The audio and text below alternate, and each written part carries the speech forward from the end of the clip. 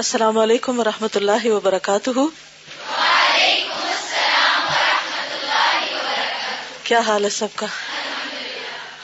الحمد للہ، نحمده ونصلی علی رسولہ الکریم، اما بعد فاعوذ باللہ من الشیطان الرجیم، بسم اللہ الرحمن الرحیم، رب اشرح لی صدری ویسر لی امری واحلل عقدۃ من لسانی یفقہوا قولی۔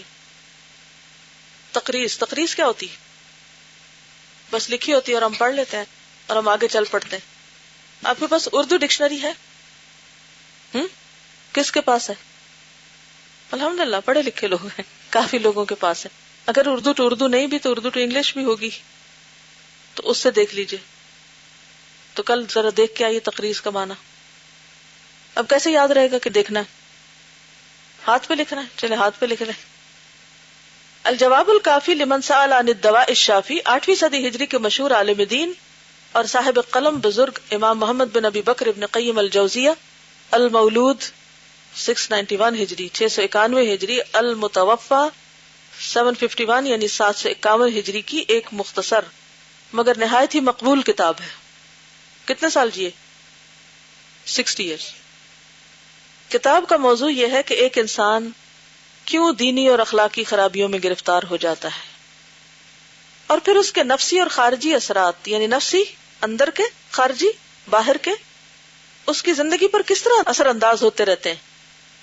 اس موضوع کو امام ابن قیم نے ایک مسلمان عالم کے نقطہ نظر سے، ہی از اے اسکالر، پوری تفصیل کے ساتھ بیان کیا ہے۔ اور تزکیہ نفس اصلاح اخلاق ردیہ، یہ ردیہ نہیں ہے، دال کی یہ شد جو ہے نا یا پہ ڈال دیجئے، ردیہ گھٹیا، ردی کے معنوں میں آتا ہے۔ اور تصحیح اعمال و عادات کے عملی طریقے بڑے دلنشین انداز میں بیان کیے ہیں۔ یعنی ایک طرف تو انہوں نے بیماریاں بتائی اور دوسری طرف علاج بھی بڑا اچھا بتایا۔ امام ابن قیم حضرت شیخ الاسلام امام احمد بن عبد الحلیم ابن تیمیہ الحرانی المتوفى 728 ہجری 728 کے سب سے زیادہ مشہور شاگرد ہیں۔ کس کے شاگرد ہیں؟ امام ابن تیمیہ کے، جنہوں نے امام ابن تیمیہ کا ساتھ دمشق کے جیل خانے میں بھی نہ چھوڑا، جیل میں بھی ان کے ساتھ تھے۔ طرح طرح کی توہین و تعذیب سے گزرے۔ توہین یعنی بے عزتی اور تکلیف و تعذیب یعنی عذاب، مگر حق گوئی سے کبھی باز نہ آئے اور اپنی ساری عمر اپنے استاد بزرگ کی طرح اصلاح عقائد و اعمال میں صرف کر دی۔ ان کی بہت سی تصنیفات ہیں اور آج تک ساری دنیا میں مقبول ہے، خصوصاً زاد المعاد، اکثر لوگوں نے نام سنا ہوگا، سیرت کی کتاب ہے۔ اعلام الموقعین اور مدارج السالکین وغیرہ تو اپنے موضوعات پر اہم ترین کتابیں سمجھی جاتی ہیں۔ امام ابن قیم کے بہت سے رسالوں کے تراجم اردو میں بھی کیے جا چکے ہیں۔ اس کتاب الجواب الکافی کا اردو ترجمہ بھی ایک مدت ہوئی ہوا تھا، لیکن دو وجوہ کی بنا پر ایک جدید ترجمے کی ضرورت سمجھی گئی۔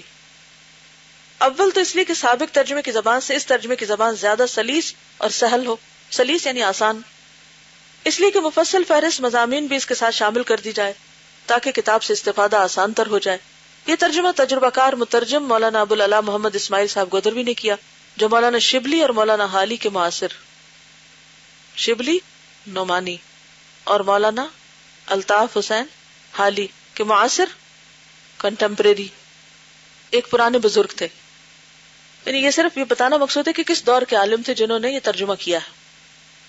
یہ مختلف عربی کتابوں کے مترجم ہیں۔ ترجمہ انہوں نے اپنے شوق سے کبھی کیا تھا، ادارے نے مسودہ ان سے خرید لیا۔ اس کے بعد اصل عربی سے حرفن ملا کر اس کی تصحیح و تکمیل وغیرہ مولانا سید عبد القدوس ہاشمی نے کی، یعنی عربی کے ساتھ باقاعدہ اس کو کمپیئر کیا۔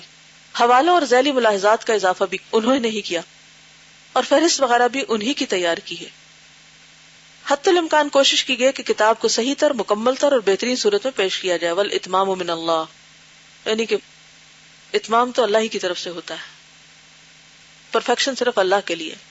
ہم امید کرتے ہیں کہ لوگ اس کتاب سے فائدہ حاصل کریں گے۔ دین کسی نظری فلسفے کا نام نہیں ہوتا، یہ فکر و نظر کی صحت اور اعمال و افعال کی درستگی کا ایک مربوط نظام ہے۔ صرف نظریہ نہیں، آئیڈیالوجی نہیں، آئیڈیالوجی آف پاکستان، صرف اتنا نہیں کافی، بلکہ اس کے ساتھ ساتھ کس کی ضرورت ہوتی ہے؟ فکر و نظر کی صحت اور اعمال و افعال کی درستگی۔ اس کے لیے ایک اچھے مسلمان کو دین و عقیدہ کے ساتھ ساتھ اعمال و افعال میں بھی صحیح طریقے پر کاربند ہونا چاہیے۔ تو یہ ڈاکٹر اشتیاق حسین قریشی نے تقریض لکھی اس کتاب کے بارے میں، یعنی تعارف کرایا.